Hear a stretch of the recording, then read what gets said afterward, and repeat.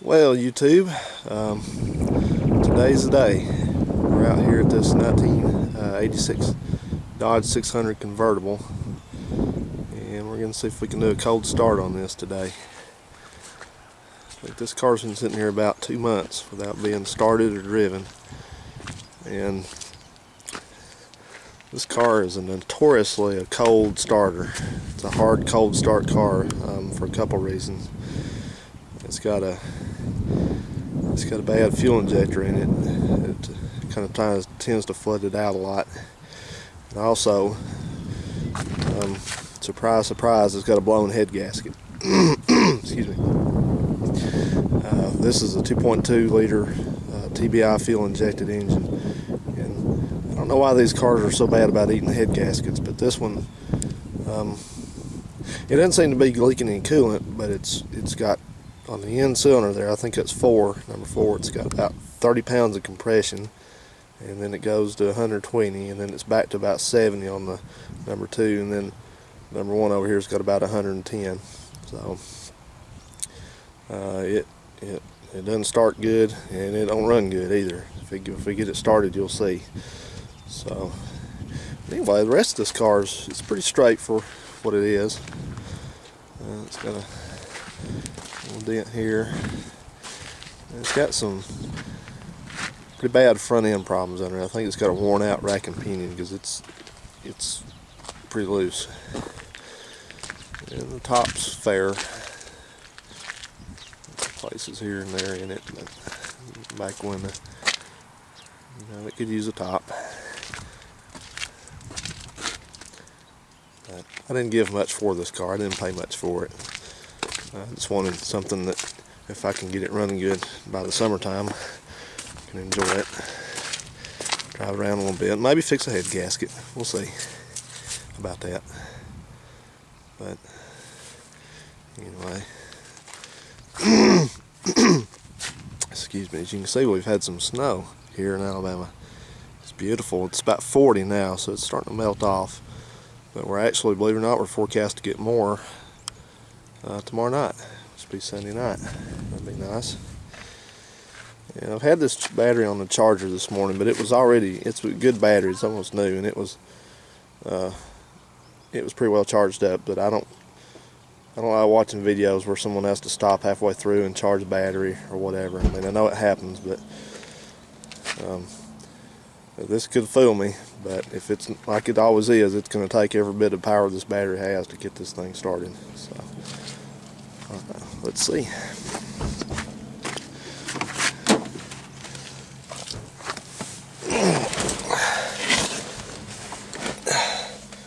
This car it's pretty decent inside. Got a nice dashboard. Worked on the instruments a little bit. I got some new parts from the junkyard for them. There wasn't anything real bad wrong, but this lens cover was missing, and by now all these needles and the little orange parts of these gauges are all faded on these cars.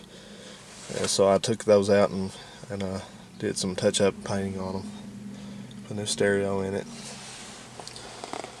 Worked on the console.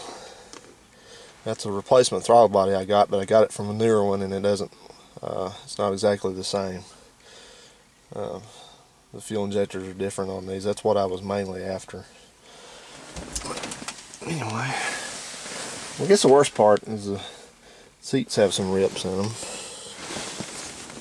Of course, under me is about the same deal, but it ain't that bad. I'm sorry for my bad grammar. It's not that bad. Okay, well, let me get this camera held here.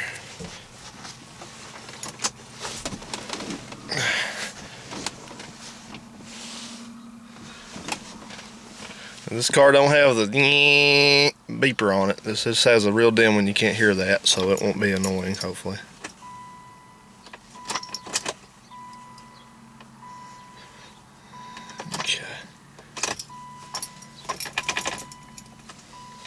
Here we go.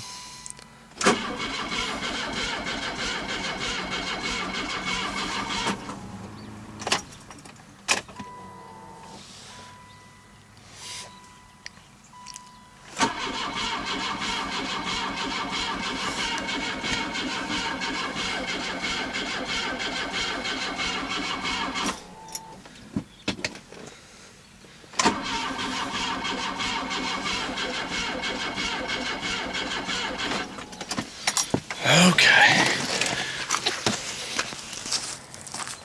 Well, nothing so far. Sure smell gas.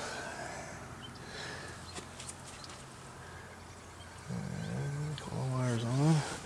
This coil wire looks like hell on the other end, so I don't know if possibly. Make sure it's under here.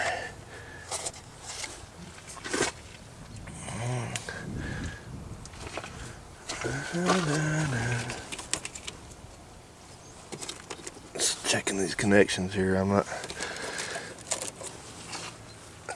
just not ever too sure about all this old wiring and BS. So, okay, let's give it another shot.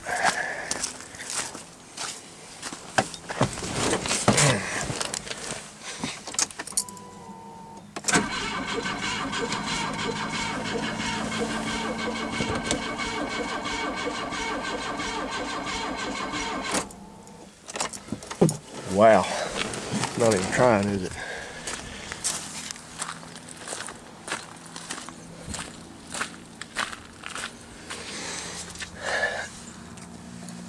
Let's take a look in here.